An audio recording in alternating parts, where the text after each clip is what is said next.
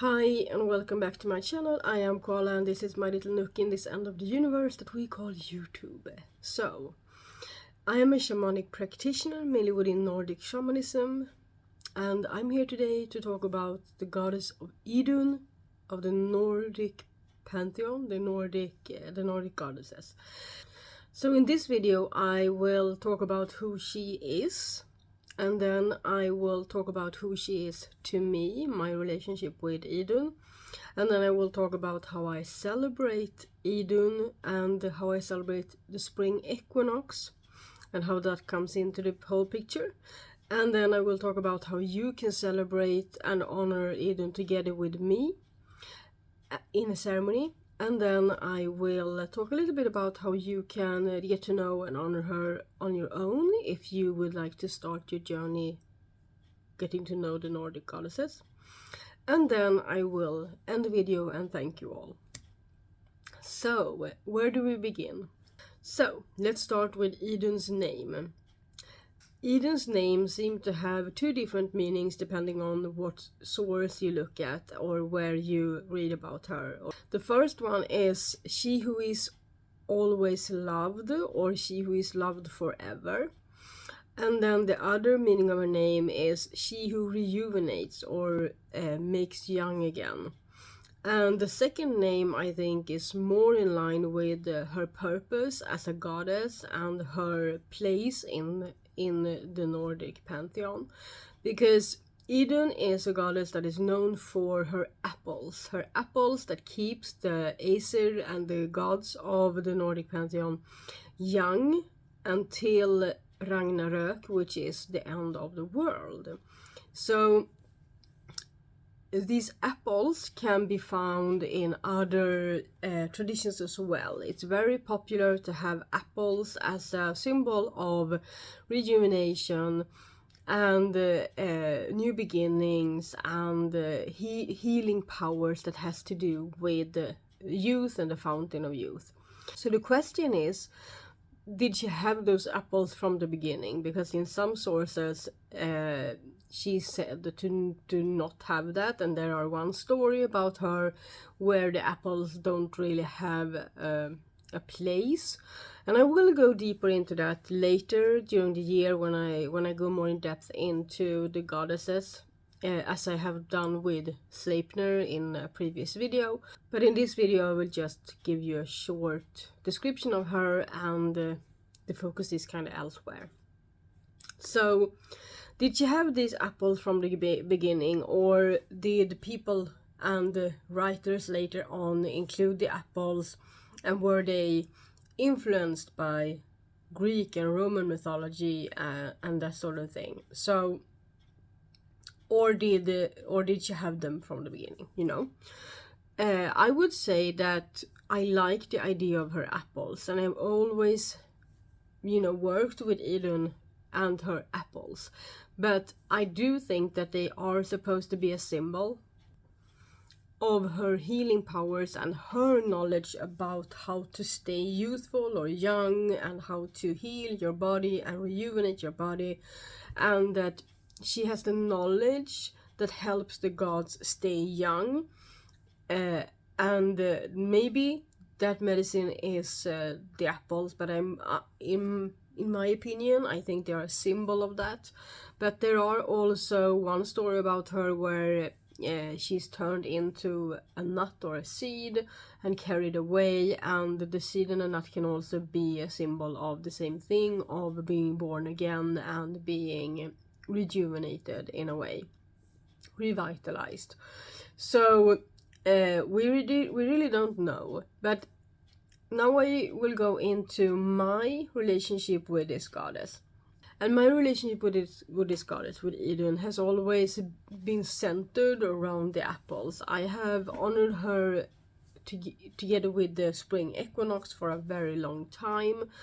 And the apples is a wonderful symbol for setting new intentions, for stepping into something new, for rejuvenating the world around you and your intentions and maybe your vows to yourself, what you want to achieve and how you want to achieve that. And I have met her in ceremony and in meditation a lot of times, and worked with her and these apples in different ways. So the apples is I wouldn't say it's an integrated part of my relationship with her, but it's a really wonderful part of it, and a part that I don't intend to discard or throw away anytime soon.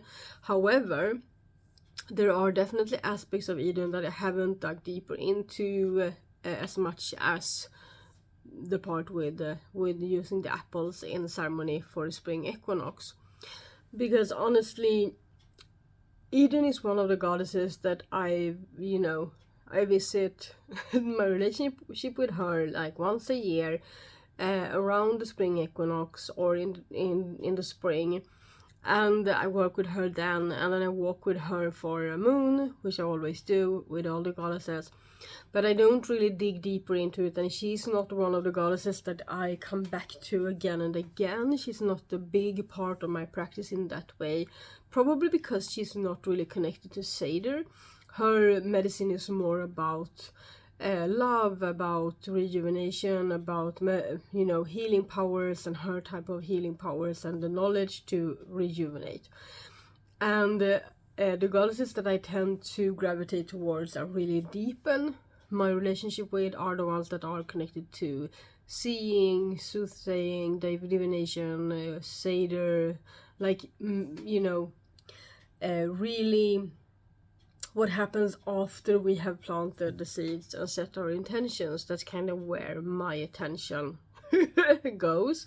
So I look forward to diving deeper into Idunn once again, and I plan to get to know new sides of her, new to me sides to her, and go deeper into my relationship with her. And I also will invite you to do the same, and I will talk about that in a moment. So let's get back to the apples. In most sources that I have come across, she has a box of apples where she keeps them safe for the gods when they need them. And in my practice with Idunn, and I know that other people see her in the same way, she has a basket where she picks apples and put them in the basket, because the tree of life is always rejuvenating these apples. So there's a bit of a difference between my relationship with her and the apples and where they come from, etc., and the written sources. And that's kind of the way it always is with these kinds of things, and with all of the goddesses and archetypes and whatnot. So, and as I said, I will go deeper into the goddesses as I do with the archetypes at a later date. So it's interesting that there are differences, and I put more emphasis on my own experiences with the goddesses and my relationship with the goddesses when it comes to my shamanic practice, and that's what I urge other people to do as well, to make up their own mind, to find their own connection, to deepen their relationship, and do with that what resonates with them, what resonates with you.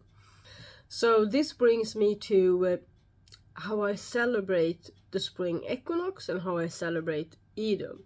So for me, Idunn has been a part of my celebration of the spring equinox for many years now, and for like 3 years I have invited other people to join me in these celebrations, and I will talk about that in a moment.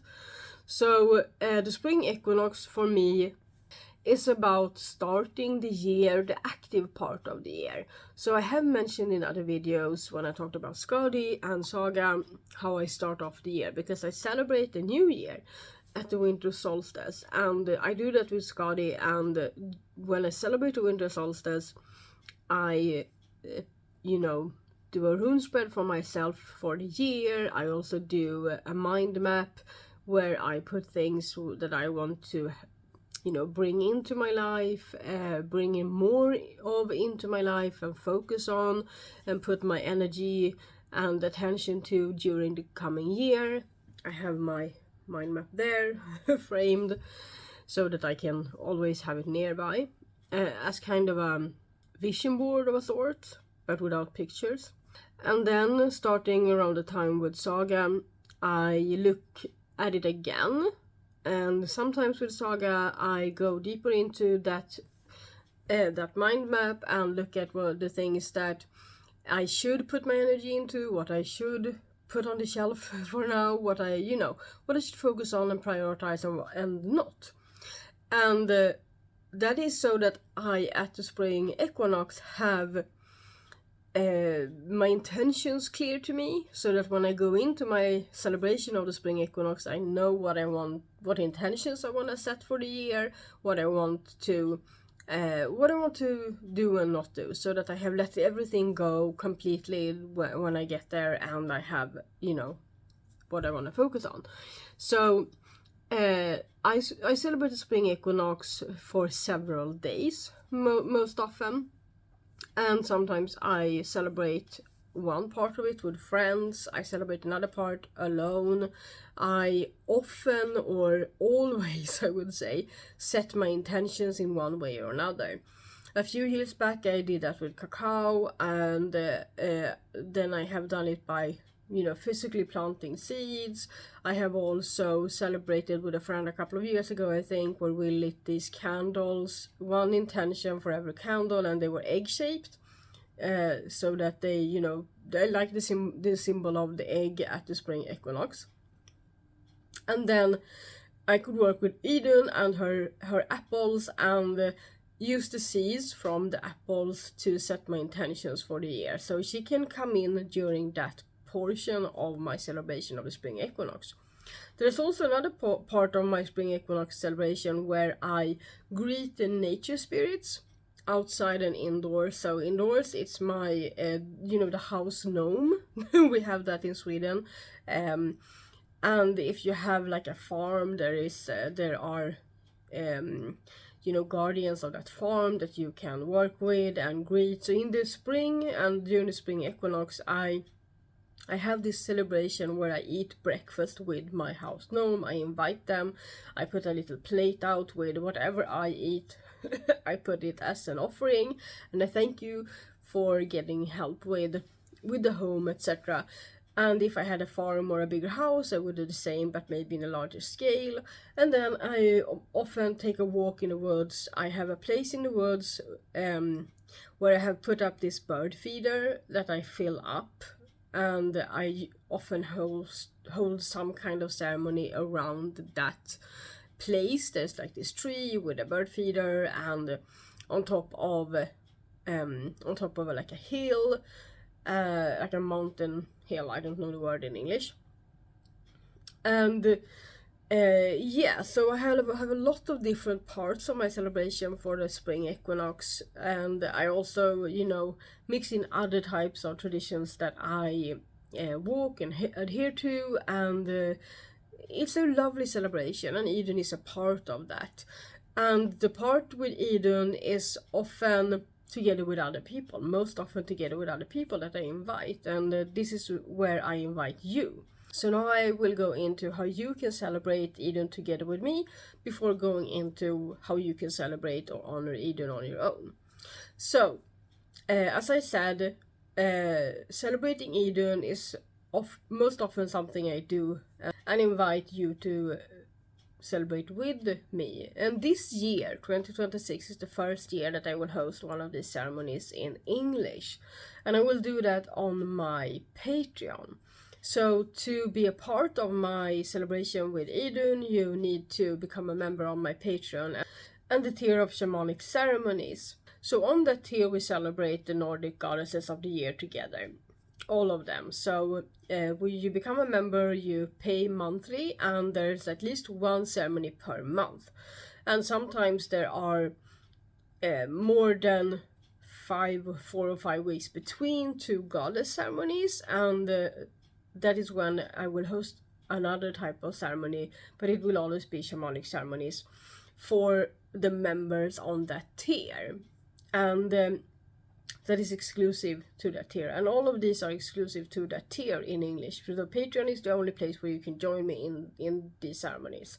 So what happens when you become a member on that tier, and how does the ceremony look? So when you become a member on that tier, you start getting these emails to your inbox, or maybe to the trash. I don't know where it ends up. It depends on your settings, I think. But you start getting these mails from my Patreon, and you get an email every time I put up information about an upcoming ceremony, when I put a link up to the meeting, if the meeting is, or the ceremony is outside of Patreon. For a few years now, I have been using, or I think since 2020, I have been using Zoom, but I am unfortunately leaving Zoom, and I'm planning to use something else. But whatever I use, if I use a video call type of arrangement, or if I host a live on that tier, I will, that information will end up there, and then you will have that in your inbox. And then you will have if there's a live, then you will get an email shortly before the live that says Koala is going live, so that you can join in time. And then you will get an email when the recording is up. So whatever I use to host the ceremony, there will be a recording. So you can either be present and participate during the ceremony, which I prefer. I would like for everyone that wants to take part in this ceremony to be there during the ceremony. But I understand if your time zone or whatever doesn't allow you to be, and that is why I saved recordings. But also because when you are in ceremony and you are going into meditation, what the meditation guides you to see and experience isn't, caught on camera. So that part you probably want to write down during the ceremony. But everything else that you want to remember or come back to, you can watch the recording and then make notes afterwards, so that you can focus on experiencing during the ceremony. That is one of the points with it. So, when you become a member on that tier, you will get these email notifications when anything happens, so that you can keep track of what's happening and what the next ceremony is, and check your calendar if you can join when it is, or if you have to join afterwards. And you will also get a chat. There's a chat room for anyone who is a part of that tier, the ceremonial tier in English. So that is where I put any information between the other posts, so that I'm not bombarding you with that. And that's where you can ask questions or share experiences and talk to me and talk to each other and that sort of thing. So a ceremony, this ceremony with Idunn, as I said, I don't really know if there will be a video call or if there will be a live. I don't know that at the moment. But what will happen during the ceremony is that I will start by welcoming everyone, waiting for everyone to join, and then when everyone has joined, I will open sacred space and invite the goddess to join us in the ceremony. Then I will talk a little bit about Idunn, just for us to connect to her, and you can share with me what you have brought into the circle, if you have apples or any other symbol of her, and if you have any questions, you can ask them there. And I will also share what I have brought into the circle, into the ceremony, to connect with Idunn and that sort of thing. And then when we feel content and we feel like we are ready, we go into meditation and meet Idunn in the middle world. So during that meditation, you just focus on experiencing and gaining the knowledge and wisdom that Idunn has for you. And when we come out of that meditation, you will have 5 to 10 minutes to write down anything you wish to write down from your meeting with Idunn. And then when we come back from that, we will share as much or as little as we want of the experiences with the goddess.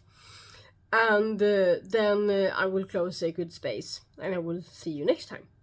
So when I put the recording up afterwards, I will only include the opening of sacred space, the part where I talk about Idunn, so I'm the only one visible, you know. You only, if you see each other or talk to each other during the ceremony, those parts will be cut out afterwards so that everyone feels safe to share and to talk and discuss. So nothing else will be, that part won't be included in the recording, because it's really important for me to create sacred spaces and safe spaces for everyone to be and just, you know, feel safe to share and feel safe to ask questions. So, as I said, I will include the opening of sacred space, the part where I talk about Idunn, the meditation, and then closing sacred space. So the writing down and the sharing part is not something that anyone else will take part in other than the people that are there at the same time.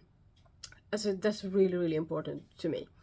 There is, if there's lives, so with this ceremony, probably isn't this is probably not going to be a live. This is going to be a meeting in a video call type of room.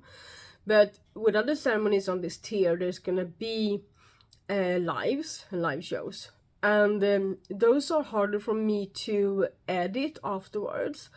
But I don't save the chat, so the only thing that you can see and hear are me talking and me answering. And so anyway, you can come join me on that tier, and the price in Swedish crowns will be in the description box, and then plus VAT, so keep that in mind. And you will have to convert that to your own currency on your own, just so you know, if you want to know exactly what it costs. So, how can you celebrate and honor Idunn on your own? Well, you can do it in a similar manner. You can invite her into a sacred space, open a sacred circle, and invite her into it. You can light a candle. You can have apples and other symbols. And if you are really new to, experiencing a relationship with these goddesses, you can go into the circle and just only maybe meditate on her or with her. Or you can write down questions before you go into the sacred space or within the sacred space, or both. And then you can pull out your runes or your tarot cards or your oracle cards or whatever tool you have, and ask those questions. And, greet her and ask, how can you help me? How can I strengthen my relationship with you, and that sort of thing. So whatever questions you have, you can bring those into that space, and that is true for every goddess and every relationship with a deity that you want to explore. So, and you can also intertwine your celebration of Idunn with the spring equinox, even though you don't have to. It's not written in stone that Idunn is connected to the spring equinox. That's something that I discovered someone else doing a few years back, and I felt it resonated with me at the time, and that's what I've been doing. But it's not written in stone, so you can honor her and celebrate her whenever you want to. Any new moon maybe, or dark moon, setting intentions, if that's what you want to do with her. And if you just want to get to know her, you can do it during full moon. You don't have to do what I do. So, as I said, if you want to intertwine honoring her with the spring equinox, you can include the apples and the seeds of the apples into your ceremony of the spring equinox in any way that suits you. So, yeah. I hope that I have inspired you to get to know Idunn a little bit more, and I hope to see you on my Patreon in my Nordic Goddess ceremonies. And I think I will end this video there, and I will see you in whatever comes next. Walk in beauty, walk with Idunn and the other goddesses, and I will see you soon. Shingling!